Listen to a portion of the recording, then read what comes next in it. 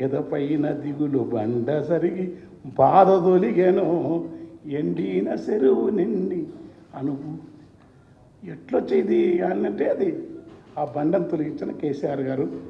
ఊరికే మాట్లాడతాం కానీ ఈ ఉద్యమాలు పిడికిళ్ళు బాగుంటాయి. నేను కామ్రేడ్ ఆయన పాపారావు గారు వెళ్ళిపోయినట్టు కానీ నేను కూడా అట్లా నుంచి చూసానే.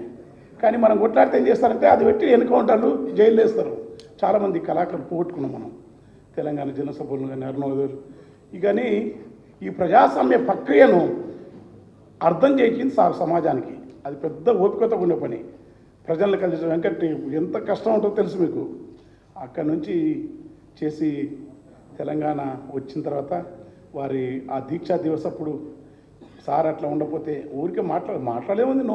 నోరుకు నాలుగు నరన ఎంతనే వేసుకోవచ్చు. మనుషులు మాట్లాడతారు. చరిత్రను ఎప్పుడైనా సరే భారతదేశంలో